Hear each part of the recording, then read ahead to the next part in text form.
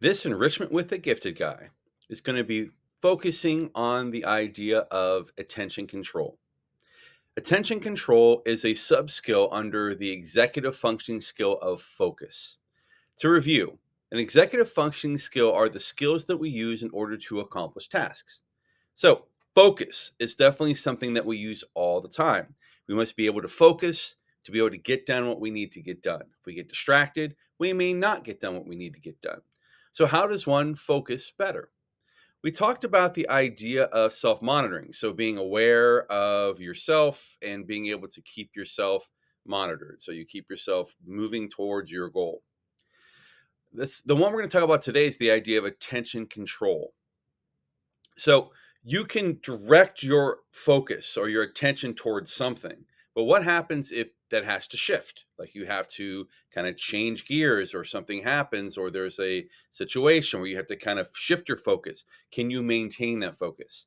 And then sustaining that focus. So can you can focus on something, but how long can you focus on something? And this is something that you have to kind of build up with endurance. So being able to focus for long periods of time is something that has to be developed and worked on, just like any other thing. So keep that in mind. That if you have a short focus, keep working on that. Keep trying to expand that over and over and over. So let's talk about some things that you can do, some things that might distract you from this attention control. So it could be side conversations. Someone else is around you is having a side conversation, and you allow yourself to be pulled into that. Uh, Making sure you're focusing on the teacher when they're speaking. Rather than getting distracted by things. It could be if you have a multi-step problem, do you stick with it? So, or do you do step one and then you kind of drift over here and you can kind of get lost and you never get to step two? Another thing would be then checking back in. So if you have an interruption of some sort, and there are lots of interruptions in school, whether the period ends or you go to lunch or you get to specials or whatever, how do you then get back to that control? So let's talk about some things, some strategies that you can use. So the first one is known as visual cues.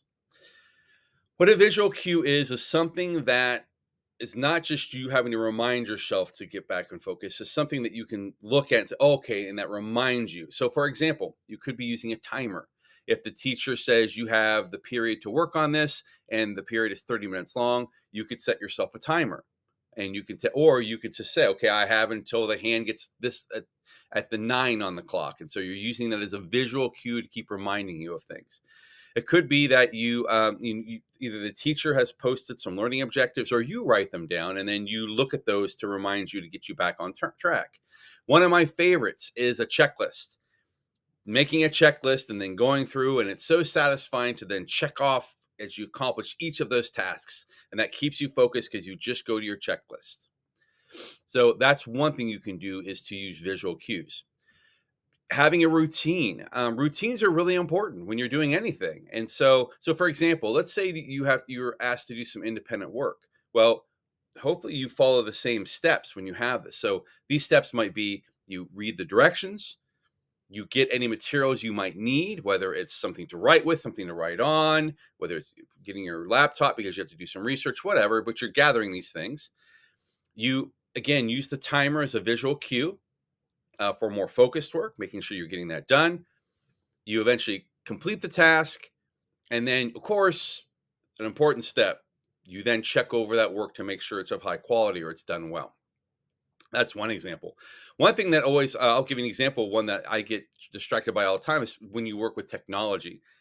And so sometimes putting other technology away, whether it be, no matter what it be, you put that face down or you take putting out of sight. So I have to often put my phone other places so I don't have to worry about my phone.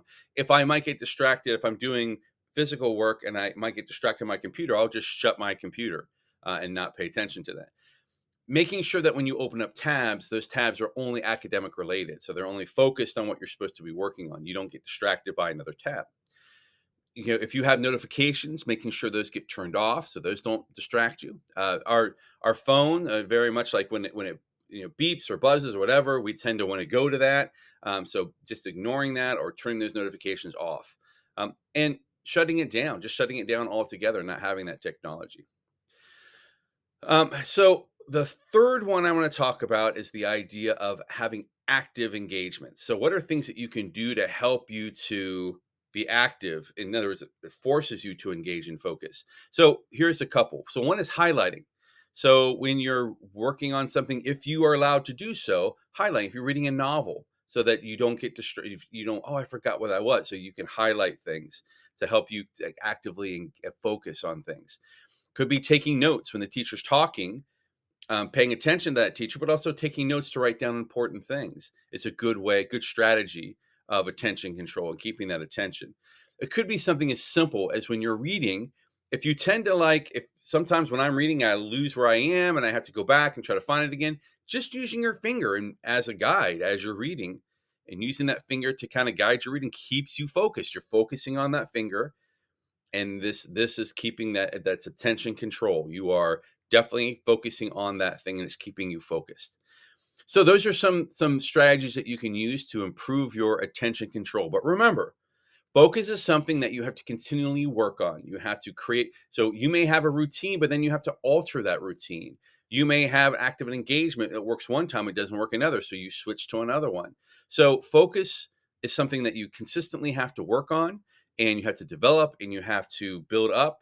And attention control is one of the ways that you can do that.